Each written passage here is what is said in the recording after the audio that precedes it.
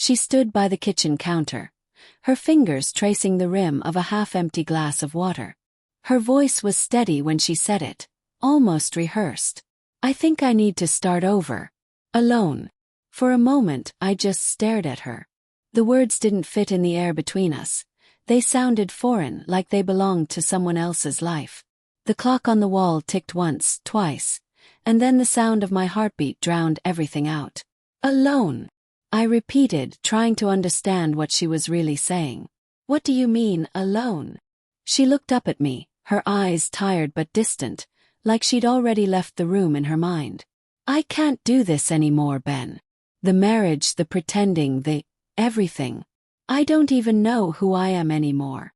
I waited for the crack in her voice, the tremor that would tell me she didn't mean it.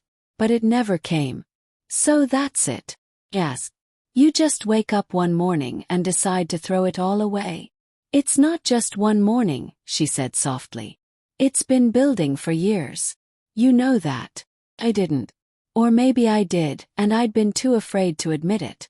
The late nights at work, the growing silence between us, the way she smiled at her phone more than she smiled at me. Maybe all of it had been leading to this moment. Still, something about her tone didn't sound like surrender. Sounded like escape. When did you decide? I asked quietly. Last month, she said. Her fingers tightened around the glass. When I went to visit my sister. Her sister lived 3 hours away, in a small town she'd never cared for. She'd gone there for a reset, she said. To think. When she came back she was different. Lighter somehow but guarded. I'd thought she'd just found some peace. Now I wasn't so sure. I just need space, she said, her voice breaking for the first time.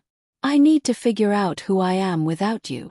The without you was the knife. I didn't argue. I didn't beg. I don't even know why.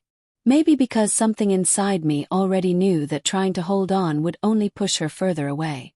So I just nodded, though it felt like every cell in my body screamed against it. Okay, I said finally. If that's what you need. She looked surprised, almost disappointed, like she'd expected a fight. I'll give you the space, I added. But when you come back, don't expect me to be here waiting. She blinked hard, then nodded.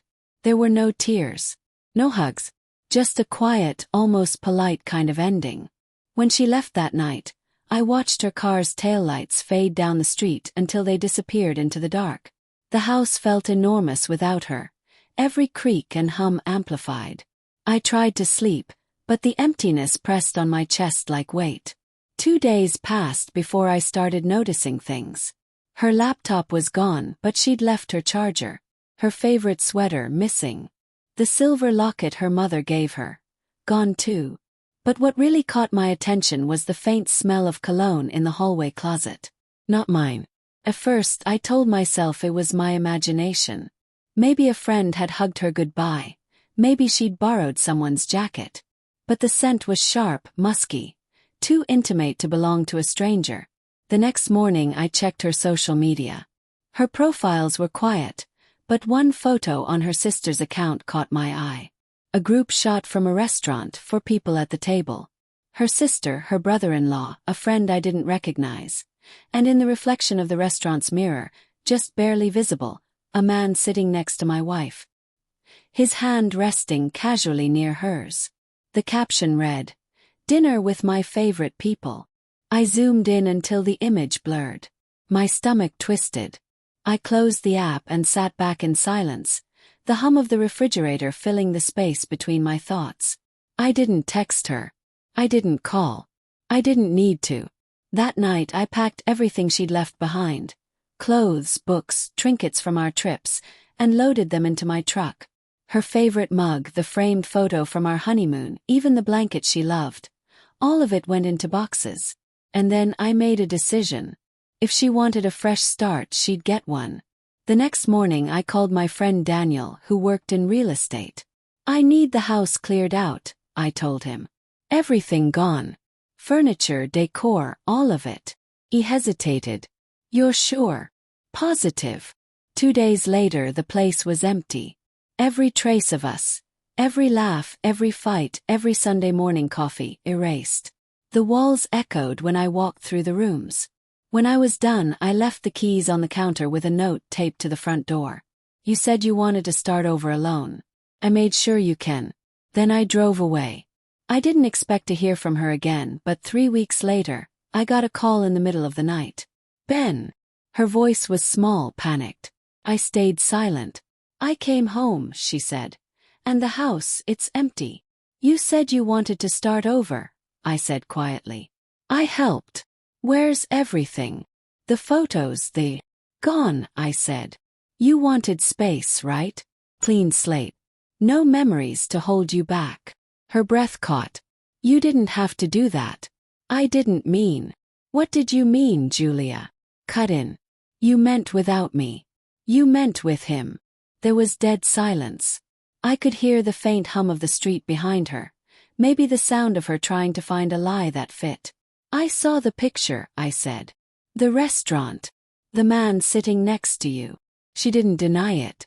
She just whispered. It wasn't supposed to happen like this.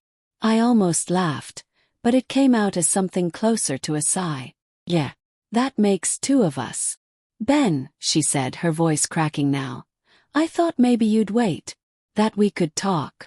Closed my eyes. You already said everything when you left. I hung up before she could answer. The next morning I drove back to the house one last time.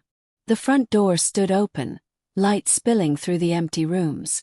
She was there, standing in the middle of the living room, staring at the bare walls. Her eyes were wide, tears streaking down her cheeks. You really did it, she whispered. I did, I said. It's like we never existed. I looked around at the emptiness, at the space where our life used to live. That's what you wanted. She turned toward me, desperate now. No, I wanted to find myself.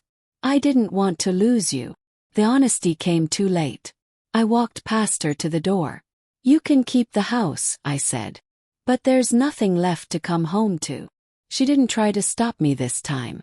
As I drove away, I caught one last glimpse of her through the rearview mirror, standing in the doorway, framed by the sunlight, looking small and broken. For the first time since she'd said she wanted to start over, I realized I had too. Only mine didn't begin with lies. It began with letting go.